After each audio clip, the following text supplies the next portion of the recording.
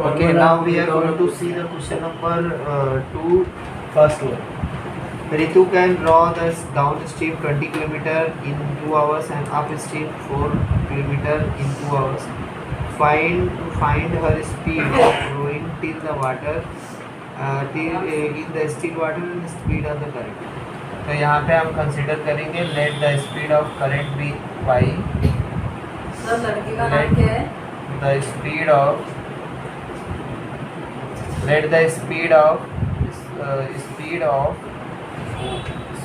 still water. Okay, speed of still water is x kilometre.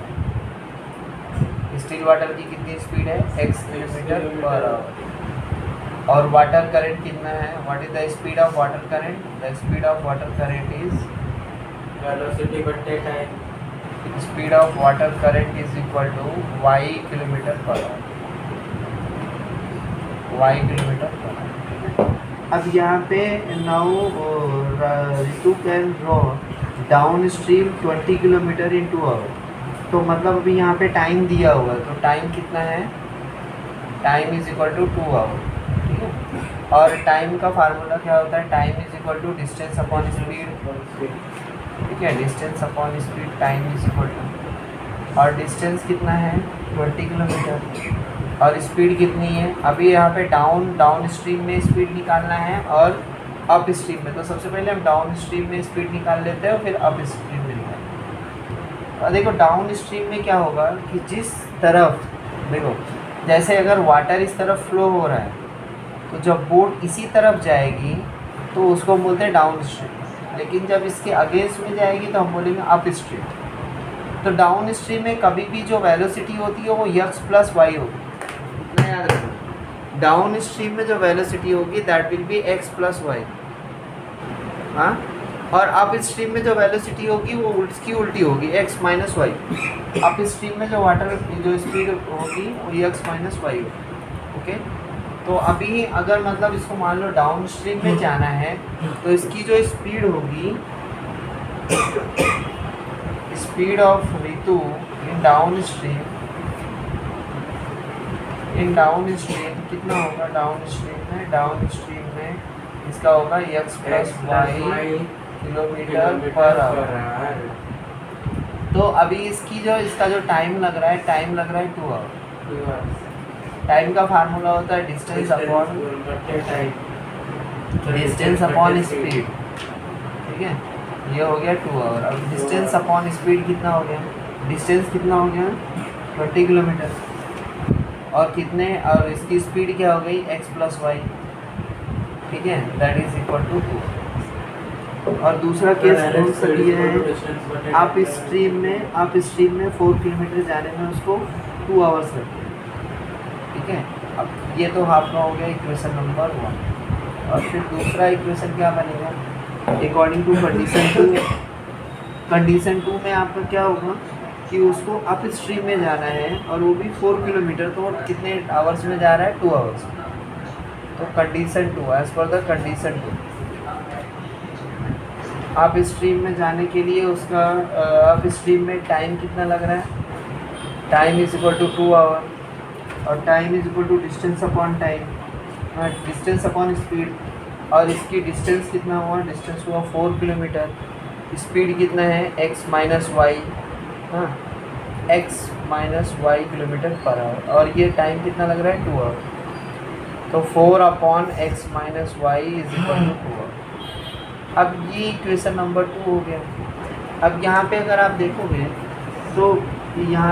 देखोगे तो equation 1 और 2 में राइट हैंड साइड इक्वल है, तो लेफ्ट हैंड साइड हम लोग इक्वल कंसीडर कर लेंगे. ठीक है, या फिर अगर ऐसा नहीं कर रहे हो तो इक्वेशन 1 ले लो, इक्वेशन 2 ले लो. इक्वेशन 1 में आप क्या करोगे? Let 1 upon x plus y is equal to a.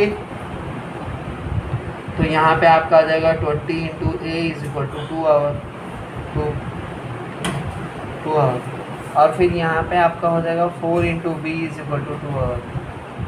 अभी यहाँ पे ए की वैल्यू आ जाएगी, 2 अपॉन 20 दैट इज़ 1 अपॉन 10, और बी की वैल्यू हो जाएगी 1 अपॉन 2. ठीक है, अभी ए और बी की वैल्यू सब्स्टिट्यूट कर दो और आपको फिर वैल्यू मिल जाएगी एक्स और वाई की। ए और बी की वैल्यू जब आप सब्स्टिट्यूट करोगे यहाँ पे, now here we are going to substitute the value of a and b. तो क्या है 1 into x plus y is equal to 1/10। So 10 is equal to x plus y, ये आपको इक्वेशन मिल जाएगा, ये हो जाएगा इक्वेशन नंबर। फिर दूसरा आपका बी का वैल्यू आया है, बी का वैल्यू 1/2 आया है। तो हमने कंसिडर किया था 1/x minus y is equal to 1/2। तो 2 is equal to x minus y, ये आपका फोर्थ इक्वेशन। ऐड अगर कर देंगे आप 3 और 4, add equation 3 and equation 4, add equation 3 and equation 4। तो इसकी वैल्यू आपको क्या मिल जाएगी, x plus y is equal to 10 और फिर इधर x minus y is equal to 2। तो यहाँ से ये cancel, 2x is equal to 12, x is equal to 6। x की वैल्यू कितनी आ गई, 6। अब पुट करो x is equal to 6 in equation 1, in equation 3। तो आपका हो जाएगा 10 is equal to 6 plus y. तो y is equal to, x की वैल्यू कितनी हो गई 6 और y की वैल्यू हो गई 4, दैट इज, ठीक है। तो अभी यहाँ पे आप लिख सकते हो कि जो स्टिल वाटर की स्पीड है that is 6 kilometre per hour, और उसके अलावा जो स्पीड ऑफ करंट है that is 2 kilometre per hour. तो ये हो गया 6 और ये हो गया 2। Okay, now we are moving with the next sum. Next sum is 2 women and 5 men can together finish an embroidery work in 4 days, while 3 women and 6 men can finish it in 3 days. So find the time taken by one woman alone to finish the work, and also that time taken by one man to finish another. मतलब हमको ये सम में ऐसा दिया है कि 2 आदमी, 2 औरतें और 5 आदमी कोई एक काम एम्ब्रॉयडरी वर्क यू नो कि कोई कपड़ा होता है, कपड़े के ऊपर वो बुनाई करते हैं, ठीक है, तो इसको एम्ब्रॉयडरी वर्क बोलते हैं। एम्ब्रॉयडरी वर्क 2 वुमेन और 5 मेन ये मिलके एक काम को 4 दिन के अंदर ख़त्म करते हैं, ठीक है। अब उसी सेम काम को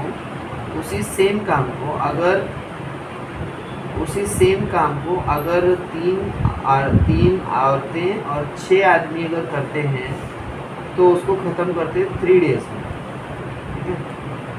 तो हमको फाइंड आउट करना है कि एक आदमी कितने दिन में करता है और एक औरत कितने दिन में करती है। अभी ये तो सम आपको बहुत अच्छे से समझ में आया होगा, एक बार फिर से मैं एक्सप्लेन कर देता हूँ। इसमें जो है हमको फाइंड आउट करना है कि एक दिन में एक आदमी और एक औरत कितना काम, मतलब एक दिन में एक आदमी और एक औरत कितना काम करते हैं, ठीक है, समझ में आया। अब ऐसे जब सम रहते हैं तो सबसे पहले तो इसमें हम कंसीडर करते हैं कि चलो मान लो एक वुमेन, ठीक है, हम लोग इसमें कंसीडर करते हैं कि चलो एक औरत को या एक आदमी को, एक औरत को और एक औरत को पूरा काम करने में x दिन लगे और एक आदमी को पूरा काम करने में y दिन लगे। क्या आप कंसीडर करोगे? आप कंसीडर करोगे लेट वुमेन विल टेक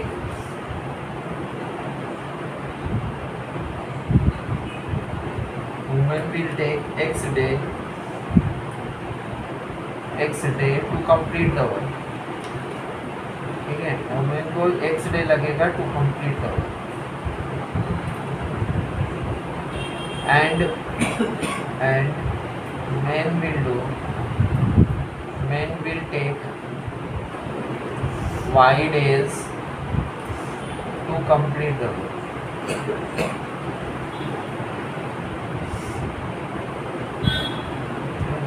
तो अभी in one day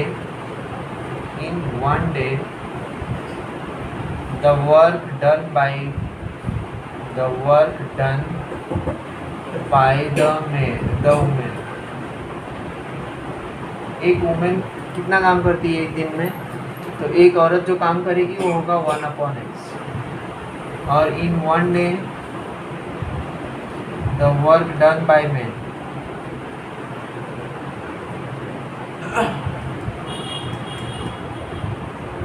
कितना होगा 1/।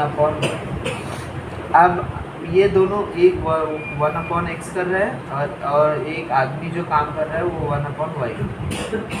तो अभी ये 4 दिन अगर काम करेंगे, समझो एक दिन में दोनों मिलके कितना काम करेंगे 1/x इंटू 1/y। अब अगर ये 4 डेज काम करते हैं रेगुलर, लॉजिकल 4 डेज अगर काम करते हैं तो पूरा काम कंप्लीट हो जाता है, तो पूरा काम हो जाता है 1। ठीक है। Now this is condition 1 and condition 2 is what, this is condition 1। अच्छा, इसमें एक आदमी का आया ना, हाँ सॉरी यहाँ पे थोड़ा सा मिस्टेक हुआ है, एक मिनट थोड़ा सा, आप इसको थोड़ा सा यहाँ पे, इसमें कितना आदमी, 2 आदमी की, तो ये तो हमने देखा एक वुमेन का 1/x होता है, तो 2 वुमेन का कितना होगा, 2 वुमेन का कितना होगा 2/x वर्क एक दिन में। हाँ 2/x work in 1 day.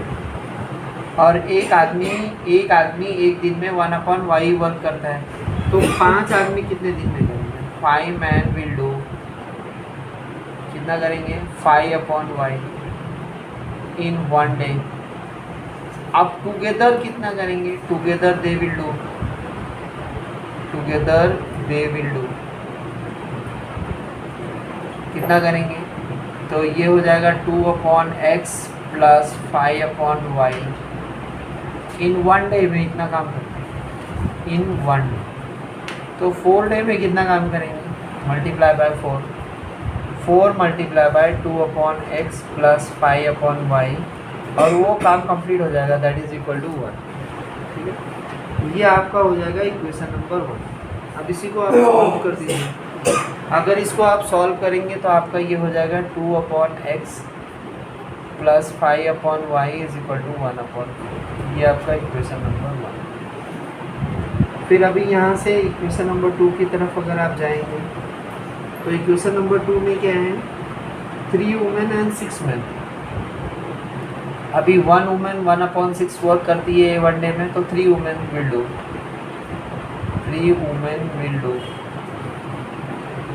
3/x work.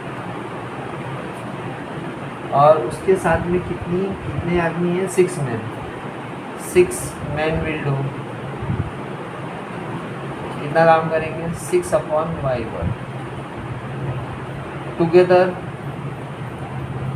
Together कितना काम करेंगे 3/x प्लस 6/y एक दिन में in 1 day. Together they will do 3/x plus 6/y work in 1 day. So कितना दिन काम करते हैं ये, 3 डेज काम करते हैं। तो इन 3 days how much work in 3 days, so 3 multiply by 3/x plus 6/y and that will be 1। so इसको आप ऐसे भी लिख सकते हो 3/x plus 6/y is equal to 1/। अभी इसको हम थोड़ा सा इसके आगे सॉल्व करते हैं।